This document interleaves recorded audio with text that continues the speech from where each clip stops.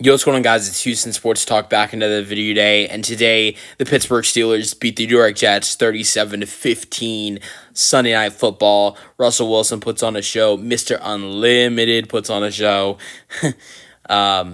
He hasn't brought in that new nickname yet. Maybe he's sticking with Mr. Unlimited. I don't know. We'll never know. But Rodgers versus Wilson. I gotta say. Outside of the Steelers having a couple late fourth quarter touchdowns, this was an entertaining close game for most of the game. And like the first three quarters, it was an entertaining close game. Yeah. So that was great. But I also got to say, it was so weird seeing Rodgers and Russell Wilson going up against each other in the Steelers and the Jets. I mean, look, this is the first real season we're seeing Rodgers in a Jets uniform.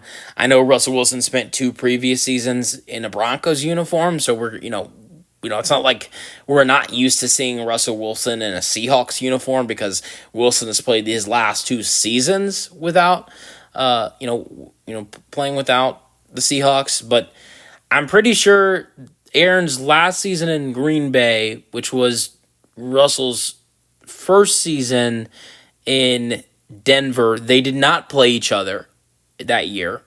So we didn't see Russ versus Rodgers when Russ was still in Denver and Aaron was still in Green Bay. We were supposed to see Rodgers and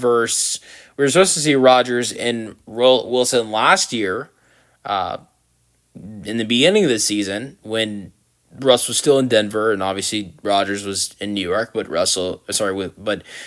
Rodgers tore his Achilles. For me, who's been watching football since 2016, has watched so many great Packers, Seahawks, Russell Wilson versus Aaron Rodgers football games. It was so weird not seeing these two guys going at it in those uniforms, in those green uniforms. Green or blue uniforms, and did make a little bit right that one of these guys was in a green uniform, but still felt different. I mean, not just the fact that they're different uniforms, but it's an AFC matchup compared to what it was an NFC matchup. So usually most of those games were being called by Joe Buck as well.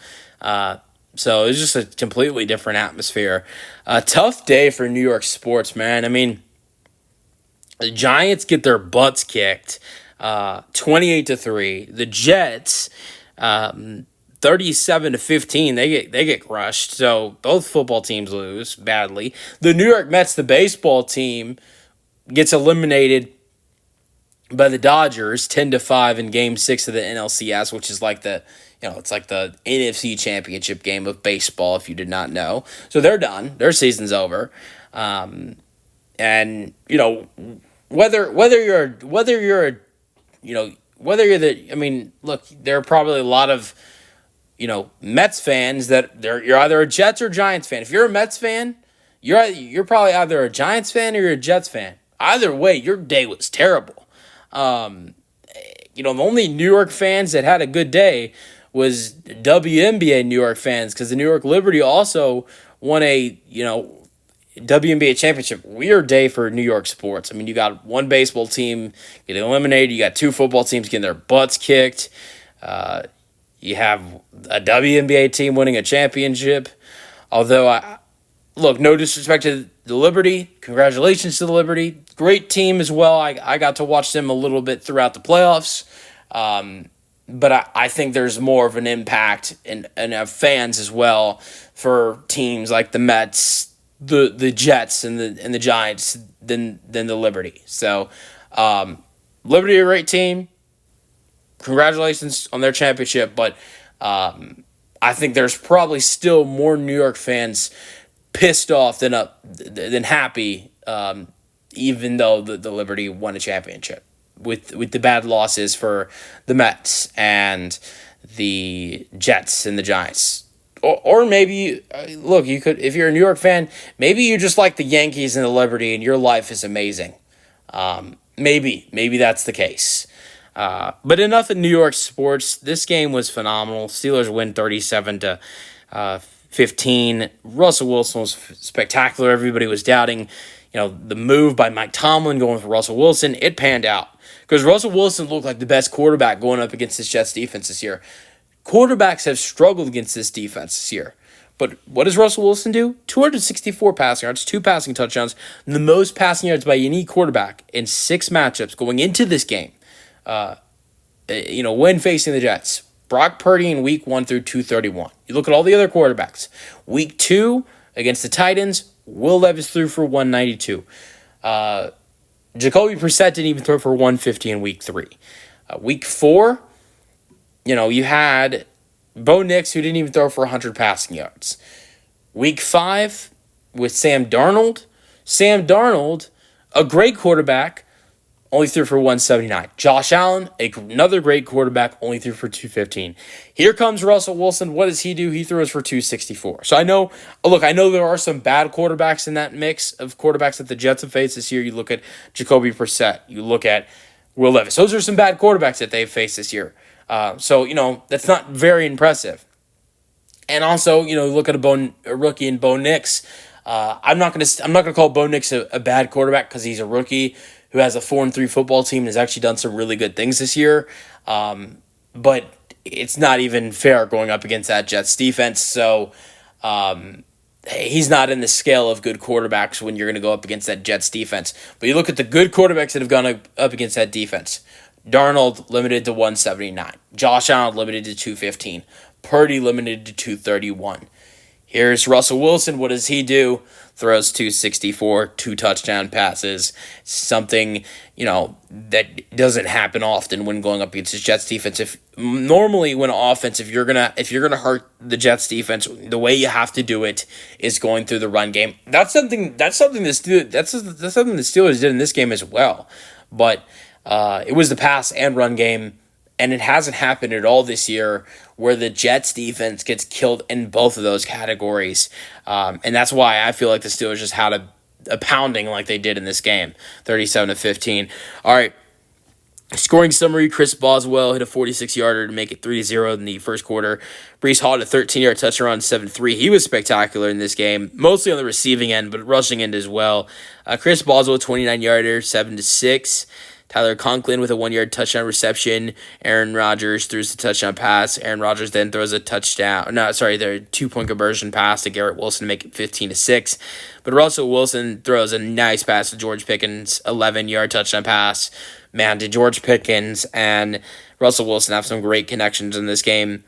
And George Pickens on his own had some great catches as well. I mean, one of the catches where it bobbled, just unbelievable catch on the right side for George Pickens. But there was also a catch in the second quarter on the left side where it was an unbelievable dime by Russell Wilson, which I think was a 30 or 40-yard gain for George Pickens. So those two guys look really good together.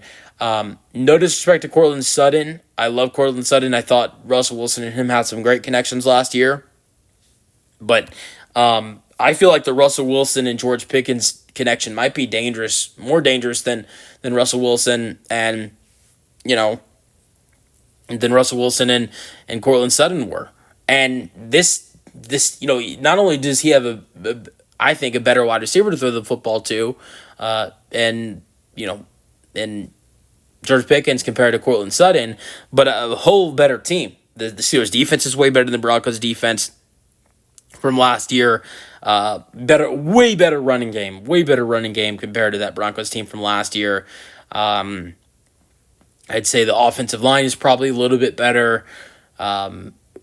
Way better tight end in Pat Freiermuth. So, Russell Wilson. I think that really, in my opinion, I think the Steelers can be successful with either quarterback, Russell Wilson or Justin Fields. But Russell Wilson can be dangerous for the Steelers as well, just like Justin Fields can be. But I think on the passer level of it, look, Justin Fields, what he's going to probably do is he might make some nice throws for you, but where he's going to be dangerous for the Steelers offense is going to be in the run game. Russell Wilson, it's vice versa. He's going to be dangerous in the pass game.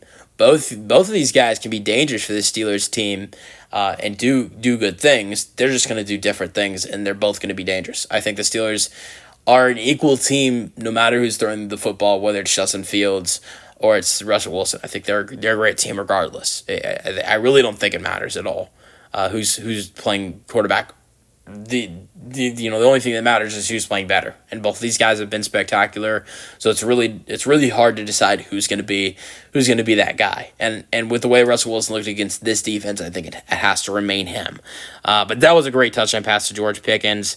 Then Chris Boswell hit the 21-yarder to make it 16-15. Russell Wilson had a 1-yard touchdown run to make it 23-15. Russell Wilson threw a 4-yard touchdown pass to Van Jefferson. Najee Harris had a 10-yard touchdown run, 37-15. The Jets win this game. Game leaders: Rodgers, 24 for 39, 276 pass yards, 1 passing touchdown, 2 receptions for Rodgers. I've been watching football since 2016, 2017. I've watched so many Rodgers games. I'm not gonna say I've watched every Rodgers game. I've since 2016, I've paid attention to every Aaron Rodgers game.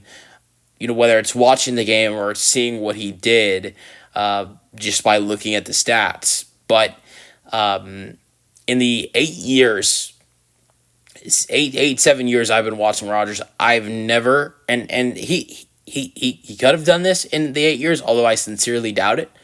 I sincerely doubt it with a guy who's been pretty good at this in his career, and pretty good in this in the last 7 years I've been watching it. I've never seen Rodgers throw 6 interceptions in the span of 3 games.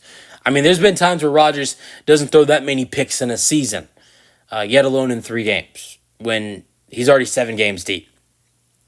Rodgers is, look, he's making good throws. He's the talent's still there. It's not like the talent's gone through 279 and I made some good throws. Last week we saw him to show he still has the distance. I mean, throwing that Hail Mary, he still has talent, but we're seeing a lot more interceptions, a lot more mistakes from Rodgers than we had before. I think his age is having to do with it, but we really kind of thought that Davante Adams would really help this Jets offense. It actually kind of made them worse. But I hope that changes as the weeks go by, because you look at these next couple weeks, they face the Patriots, they face the Texans. I'm a Texans fan. I will say, as the Texans are a good football team, they have been weak here and there, so that should be interesting for my Texans. Then they play the Cardinals. So these next 3 games are going to be interesting for the Jets, that's for sure. I don't count them out just yet. Sure, the record is bad at 2-5, but you look at these next 3 games, you face a bad Patriots team.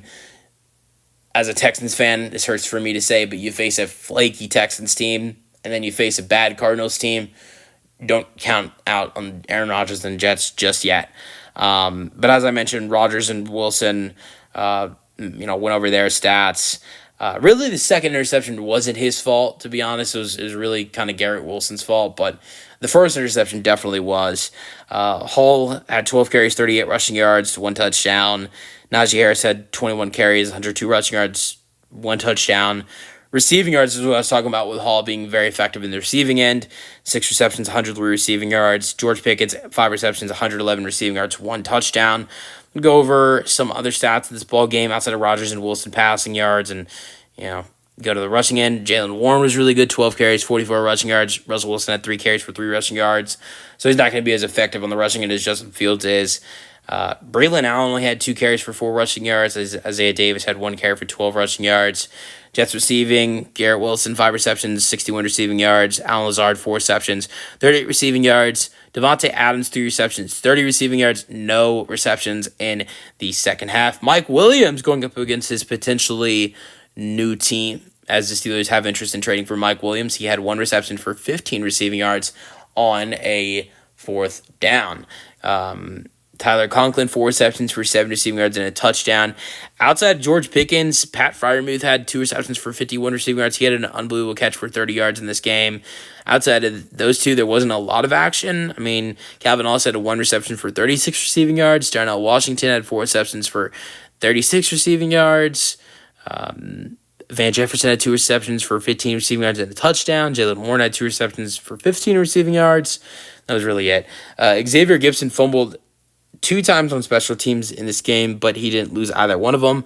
Jets retained possession. Defensive stats: Peyton Wilson led the Steelers in tackles with 10. Meanwhile, Jermaine Sherwood led the Jets with 9 tackles. Only 1 sack for the Jets. It was Will McDonald with Will McDonald the fifth with 1 sack. The Steelers also had only 1 sack. It was Larry Ugunjabi. They had 5 tackles for loss. The interceptions, both by Beanie Bishop Jr., number 31. 2 interceptions, returned them for 41 yards. I believe the first one for Bishop was not a return, and then the second one, he had a return which returned it all the way back to the 1-yard line, which led to a Russell Wilson 1-yard touchdown run. And after that touchdown run, after that return by Bishop, there was an offensive lineman for the Jets who got seriously hurt. So hope he is okay, of course. I'm sorry I forgot his name, but I was just remembering that an offensive lineman got very seriously hurt off of that return by Bishop. So hoping he's okay. But great game by the the secondary player, Beanie Bishop Jr. Let me know your thoughts on the game in the comment section, and peace out.